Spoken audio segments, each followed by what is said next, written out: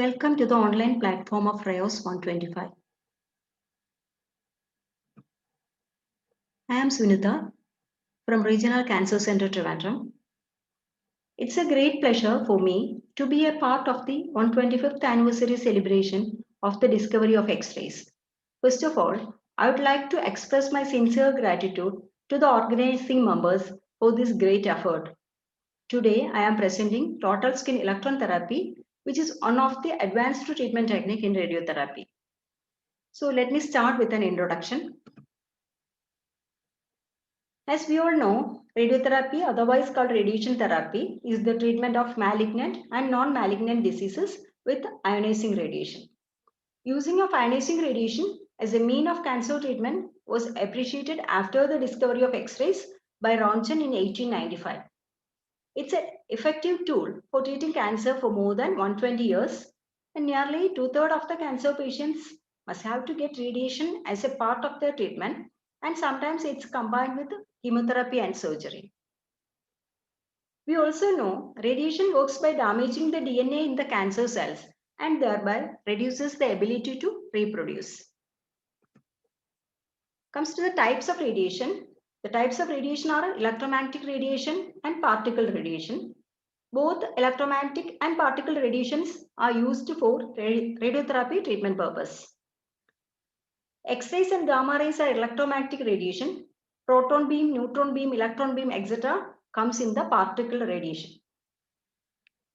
Radiotherapy can be broadly classified into two, teletherapy and brachytherapy. Teletherapy is otherwise called external beam radiotherapy, in which sources is at a fixed distance from the tumor. And in brachytherapy, radioactive sources are inserted into the body cavity or can be placed in close contact to the tumor. The intention of the treatment may be radical or palliative. A radical treatment means the treatment is given to cure the disease. Sometimes a combination of modalities are used for the radical treatment. Palliative treatment means we are treating the patient just for a symptomatic relief. Now comes to the electron beam therapy. As I told earlier, electron beam therapy is a kind of external beam radiotherapy which uses electron beams for the treatment. Electron beams are used for treating superficial tumors because there is a sharp fall of dose, so the underlying structures can be spared during the treatment. Since electron beams scatter in air, we are using electron applicators which can be attached to the treatment gantry head, which can reduce the scattering of the beam to some extent. This is applicable when we are treating with a fixed field size. It's not applicable for total skin electron therapy. Because in total skin electron therapy, we are treating the whole skin. The picture shows how we are placing the applicators in a linear accelerator. The distance between the applicator and the area we are treating must be very less in order to avoid scattering of the electron beams. Actually, electron beams of energy ranges from 4 to 20 mega electron volt is used for treating superficial tumors. Most common areas treated with electrons are lip, eyelid, nose, etc. Also, we can give electron therapy as booster radiation to surgical beds. And for nodal irradiation, we are using electron beam therapy. The main advantage is electron beam minimizes dose to deeper tissues and give uniform dose to the surface. Now comes to the total skin electron therapy, which is our topic of interest. Total skin electron therapy is a special radiotherapy technique that aims to irradiate the patient's whole skin with the prescribed dose while sparing all other organs from appreciable radiation dose. Total skin electron therapy is used when the cancer has affected many areas of the skin which cannot be treated with a single field of radiation or multiple fields of radiation. This technique was first implemented with a linear accelerator at Stanford University in 1950s. The aim of the treatment is to deliver a uniform dose to all over the skin. This technique can spare underlying organs and minimize the whole body dose from the bremsstrahlin X-ray component of the beam. Now comes to the indication. TSET is mainly used for treating mycosis fungoides. It's also called cutaneous T-cell lymphoma, which is a type of non-Hodgkin's lymphoma. It's the cancer of lymphatic system, and cutaneous T-cell lymphoma is a rare disease which represents less than 5% of all cases. And since the disease appears as red patches, the early diagnosis is difficult, and late symptoms are itchy red patches or plaques all over the patient's body. If it's not treated timely, the disease spread outside the skin and affects the lymph node also. The disease is most common in people of age group between 40 and 60 years. As other type of cancer, mycosis fungoides or cutaneous T-cell lymphoma is not infectious, that it will not spread from a patient to other people. Comes the requirements for the TSET treatment. Actually, we need a clinical linear accelerator, and second one is the beam spoiler, and third requirement is the high dose rate total skin electron applicators, and fourth one is the patient supporting stand. We can go through the slides one by one. The first requirement I already told is the linear accelerator. Electron beam radiotherapy is performed using a medical linear accelerator. The same machine we can use for photon treatment also. When photons are required for treatment, photon mode is selected in which electron strikes a target and produce bremsstrahlin photons. But in electron mode of LINAC operation, the beam instead of striking a target is made to strike an electron scattering foil to spread the beam and also to get uniform electron fluence across the treatment field. The electron beam as it exits the window of the accelerator tube is a pencil beam about 3 mm in diameter. The scattering foil consists of thin metallic foil, usually of tungsten. The thickness of the foil is such that most of the electrons are scattered instead of suffering bremsstrahlin. And the energy used is of range 4 to 10 mega electron volt. When it reaches the patient body, it will be only 3 to 7 MeV. And the field size should be large enough to cover the whole body because we are treating the whole skin. In a linear accelerator, we get a maximum field size of 40 by 40 centimeters at 100 centimeter SSD. Since in TSET we are not treating a particular area of body, instead treating the whole body, we need a large field size. The only option to increase the field is that we have to treat in an extended SST. So SST should be between 3 meters and 6 meters. Actually, in our center, we are using 350 centimeter SST and the energy used is 6 MeV. And the field size will be 200 centimeter by 80 centimeter. And for TSET treatment, dose rate should be high, usually 1000 MU per minute. Actually, this helps in reducing the treatment time and also reduces the scattering of the beam. And the gantry should be placed horizontal. That is at an angulation of 90 degree or 270 degree. From that horizontal position, at the time of treatment, we have to give an extra angulation of plus or minus 15 to 20 degree. Why we are giving the angulation, we can explain in the coming slides. Next requirement is the beam spoiler or beam degrader. Beam spoiler is a low atomic number material, transparent, having an area of 200 centimeter by 100 centimeters. That's 200 centimeter height and 100 centimeter width. And the thickness will be 5 mm or 1 centimeter. The selection of the thickness depends on the depth of the tumor. It should be strong, durable, and lightweight. Since it is transparent, it's easy to monitoring the patient. And beam spoiler is placed approximately 20 centimeters in front of the patient.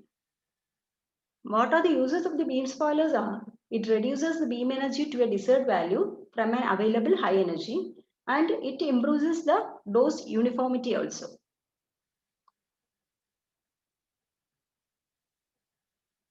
Next, the third requirement is high dose rate total skin electron applicator. That we can see in the picture. High dose rate electron mode is activated only after inserting this high dose rate total skin electron applicator in the gantry head. This helps in open the collimator to a maximum field size. Since this applicator is needed to activate the high dose rate mode, the accidental high dose rate exposure can also be avoided. Next is the patient supporting stand. Patient supporting stand has two parts. The basement made with plywood. We can see the basement which is made of plywood, and the height of the basement is 45 centimeters from the floor in order to make the central axis passes through the empty space. And thus we can reduce the backscatter radiation to the sole of the feet, because we are treating the patient in the standing position. Patient must be standing in that basement support. And the second one is the supporting frame built with PVC pipes. In the picture, we can see some horizontal pipes which can be adjusted to keep the hands comfortably according to the height of the patient. So the patient will be in a comfortable position at the time of the treatment.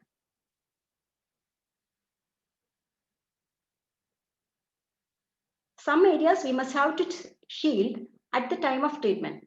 Areas shielded are eyes, lips and nail beds. To protect the eyes from radiation, patient has to wear lead goggles. If there's disease in the eyelid, instead of the lead goggles, lens of the eye are shielded with the corneal shielding. So in that cases, we'll only shield the cornea. The nail bed of hands and feet will also be shielded with lead pieces, and so the lips also. These lead pieces are dipped in wax to form 1 to 2 millimeter coating around the lead. Why we are using the coating is because this not only protects the patient from the toxic effect of lead, but also absorbs any scattered electrons which are low in energy. So the area shielded are the eyes, lips and the nail beds. Now comes to the patient position. Actually, modified Stanford technique is used for positioning the patient. We can see in the picture how the patient is standing at the time of the treatment. Actually, modified Stanford technique is a 6-field technique. In the original Stanford technique, 4 fields are used: anterior, posterior and 2 laterals. This technique was later modified by using 6 fields, having anterior field, posterior field, right anterior oblique, right posterior oblique, and left anterior oblique and left posterior oblique. This helps to obtain better dose uniformity. In the 6-field technique, each day we are treating 3 fields.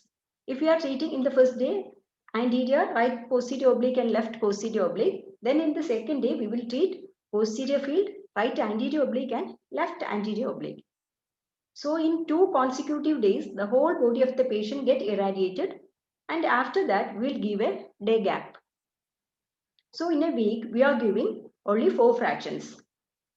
Lesser fraction per week reduces the toxicity also. Now we can see the treatment setup. While treating the patient, the accelerator should be in the horizontal position. That's at 90 degree or 270 degree. From this position, we are giving an extra angulation of plus or minus 15 to 20 degree. Why we are giving the angulation is the gap, and why we are giving the angulation is that it provides better dose homogeneity at the patient surface, and another main advantage is it minimizes photon contamination, which is greatest in the central axis of the beam. So in the figure we can see the central axis passes above the head or below the feet, and thus avoid the Bremsstrahlung radiation reaches the patient body.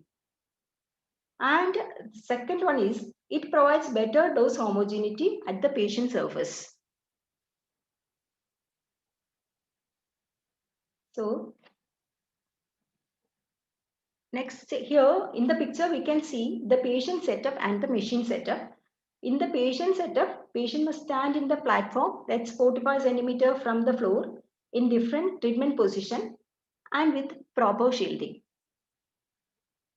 To get maximum field size and high dose rate, we'll put the high dose rate total skin electron applicator in the collimator head. Gantry should be at an angulation from horizontal. In RCC nerve center, we are using a SSD of 350 centimeters and the gantry angle of plus and minus 19.5 degree from horizontal, which will cover the whole body with uniform dose. So first day we'll treat, I already told we will treat anterior, left posterior oblique and right posterior oblique, and the second day posterior, right anterior oblique and left anterior oblique at 2 different gantry angles. So 6 dual fields is completed in 2 days. Dose we are giving is 30 to 40 gray with 1 gray per fraction. So usually we are giving 4 fractions per day. So the total treatment will complete within 8 to 10 weeks.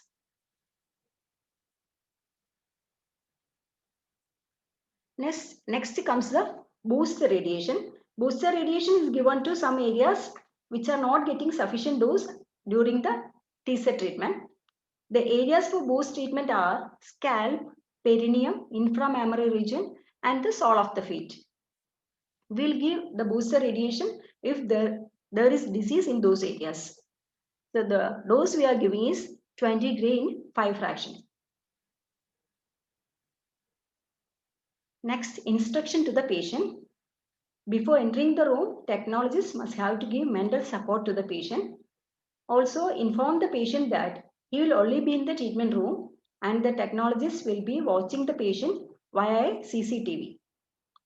Also, patient should be aware that when the machine is switched on, he will hear a beeping sound and he will not feel anything from the treatment. After the treatment, he will be able to return home or to the accommodation area where he is staying at the time of the treatment.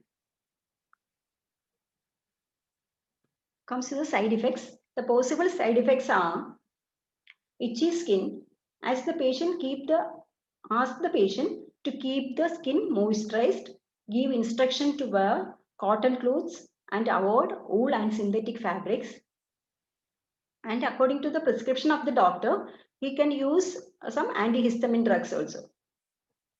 The fissures or cracks in the skin can be seen. For that, patient can apply prescribed medications. And the third one is the sun sensitivity. Skin will be more sensitive to sunlight, so avoid exposure to sunlight at the time of treatment and few months after the treatment also. And skin infections are most common for TSET patients. Keep the skin clear and well moisturized to avoid skin infections. And patient may have fatigue. This is because of several reasons, maybe because of some biological effects of radiation or due to the lack of sleep or because of itchy skin, etc. And the nails will be brittle and the patient may cause alopecia and the hair will grow back 3 to 6 months after the treatment has finished. Now comes to the conclusion. The technique employed in total skin electron therapy are specialized and time consuming and requires careful dosimetry, planning, execution and quality control.